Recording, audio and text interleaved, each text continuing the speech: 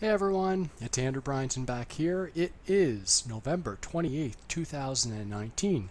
It's been a few days since I've last done my video blog, and I've made a few improvements.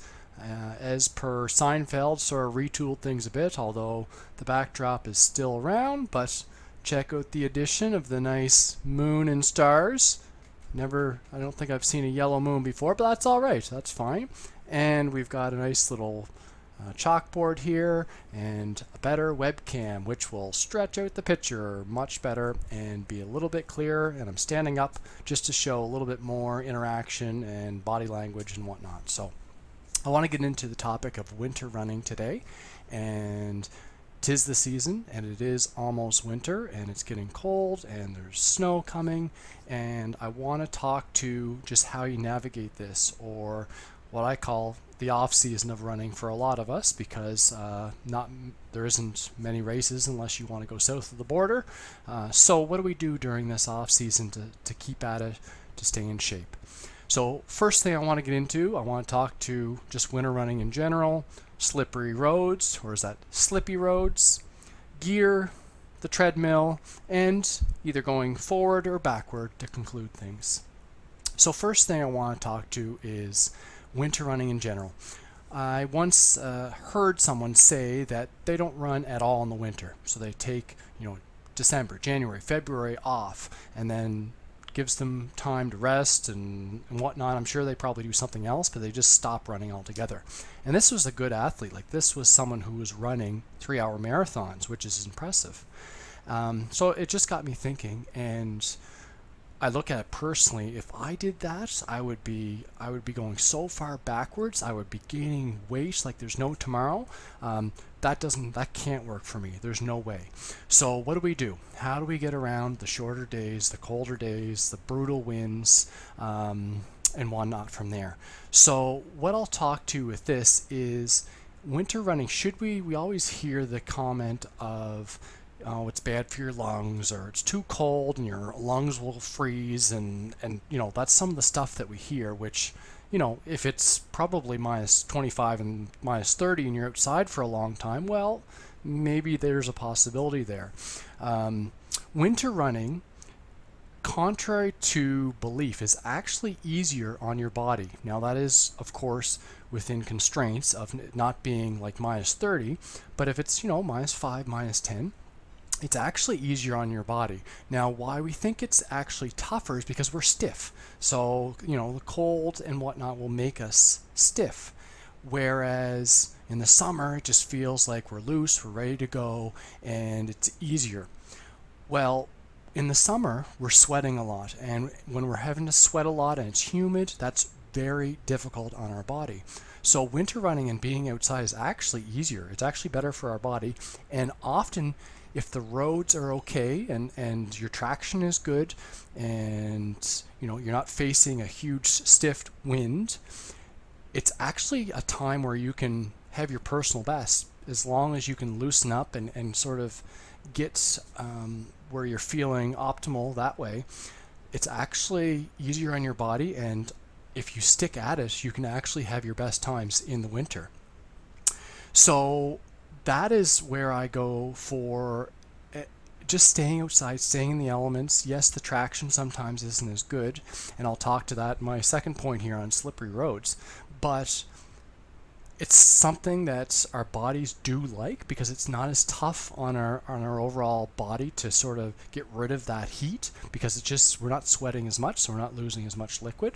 So if you can do it, go outside. I have here, this is what I wear, and don't go into any banks or anything with this, but basically this is what I wear just to cover up my face. It's breathable, it's super light, and it cost me $10-15, and it's great. You put this on, you put a toque on, you put your gloves on, and your usual winter attire, and you're fine that way. And it's just something, if it's probably minus 10, probably minus 15 is where I'll draw the line and say, okay, I got to wear this, with the wind chill, I mean by that. So you can get along pretty well with that type of gear and make the winter running doable. Next I'll get into is on slippery roads. So I actually found we all tend to run a little bit differently when we are outside on slippery roads. So naturally we don't want to fall, and that means we actually take shorter strides because of it usually. And what I've found is my back always seems to act up in the winter, and I don't know this for sure, but I've made the connection that maybe just with me running differently, that it actually might be hurting my back. So that's one thing that maybe I'll caution on those slippery days being out there. If you find that your lower back is all of a sudden going out on you, that could be a reason why, is because you're out running, you're having a different running style. And for me, my back never hurts other than in the winter, and I don't know what else it would be. I'm not lying any differently. Maybe we're a little bit stiffer. Maybe, there could be other things I'm sure that come into play, but that's one thing that I've seen that may be causing it, is that my running style is changing, and thus being out on slippery roads is causing back problems, which they come and go. So it's not like it stays around for a while, and it's not going to keep me from running outside, I'll tell you that much. But just something to keep in mind, that your running style will change a little bit, but I would still do it even if you had the same problem. So that'll lead into my third point, which I'll get into on gear. Now, I used to wear spikes. Like, you can get these little spikes to put over your shoes. You can get thick socks. You can do tons of stuff to mitigate the winter conditions. But what I found is the gear, the spikes, taking them on and off, and some days you need them, some days you don't. I just said, the heck with this. It's heavy. It's annoying. It's losing. I don't want to go out and run because I got to get all this stuff on and whatnot. And I found with thick socks, like, my toes would start to hurt, my nails would go black, although they still are, but it'd be even worse because the distance in your shoe has shrunk, because between the front of your shoe and your toes, because the thick socks are on. So I just say, wear your normal gear, other than, bundle up a little bit with some of the suggestions that I made, but keep it basic. And that's what I would say in terms of your gear or any special gear. I just say the heck with it. The next topic is on the treadmill or the track. So this I use especially if the days are really bad, and you need to get out this day and it's windy and it's really cold and it's dark, and you just don't want to do it. The treadmill or track are great. I would definitely recommend a track. The track that I go around to is at a university, and the track is 6 laps for each kilometer, which again is pretty mind-numbing, going around and around, switch directions and whatnot, and trying to do 15 kilometers in that area is 90 laps, so 45 one way, 45 the other. But your GPS watch, a lot of them now, they have indoor settings, so you can just put it on there, have an indoor setting. It'll be pretty close to the speed that you're going, might run a little bit slow, but I find that not counting your laps there's something just a little bit of psychology at work with that. If you count your laps, it just feels like, like this is taking forever. Whereas if you just have your watch and you say, okay, this is keeping track of my distance pretty closely, and you just don't worry about the laps, I found it so much easier. I don't know why. It's just so much easier. You're not always constantly counting, did I miss one? It's just, you can sort of zone out maybe a little bit and just let your watch do the counting for you, or the kilometers for you. So I like track over treadmill. Treadmill, I don't know. I find anyone that can do that, I say hats off to you. I can't. I just, if worst case scenario and that's all I have, I'll do that. But I hate the treadmill with a passion. I hate it. I can't do it. I just don't like the constant, you got to keep going the same speed. I'm looking to see, my feet. I'm a big person with a big stride. I'm like, I just maybe not that coordinated either, and I just have to so focus on not falling off or going to the side, and I hate it so much.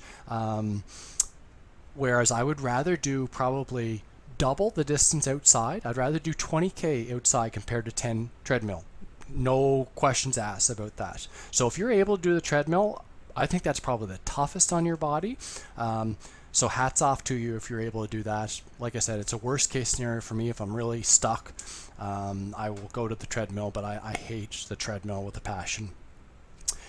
Last thing I'll talk to is on going forward or backward. What I mean by that is, like I mentioned at the start of the video, you're either going, you can take the time off winter if you want, but or ease back. And this is what I used to do. I used to really drop down my distance in the winter. I would typically, back in the day, I was doing 15K 3-4 times a week, and I would drop that down to 10K maybe 3 times a week, and I would just felt I was going backwards. And it's natural, the days are not as long and you don't have as much time, and the races are so far off to have that long focus down the road and determination to do that.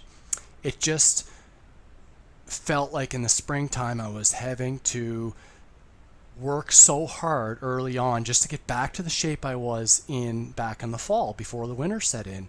So the last couple of years I've been just trying to pound things out and keep to the same schedule as best I can. Now that's not always going to work. Work, family, all that stuff is something that seems to be even tougher maybe to fit in the winter because our days are shorter and the sunlight. So try and do whatever you can to keep your routine the same as best you can, in your mileage, the days, especially the weekends. If the weekends are decent, yes, it might be cold, but at least you have that day to get out in the sunlight. And if you can run on both that Saturday and Sunday, then you only have to do it maybe once or twice during the week.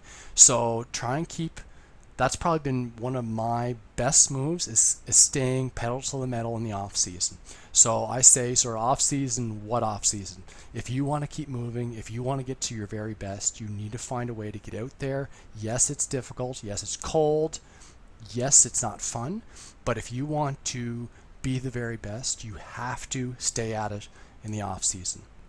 So find a gym that has a track, treadmill, whatever. You're going to need that. There's no question. There's going to be days that that you have to run and you can't because it's the wind's gusting at 80 kilometers an hour like it is tonight, I believe. So that's just something to keep in mind and stick at it, and hopefully that will help. And I hope to see you soon. I'll be back. Bye.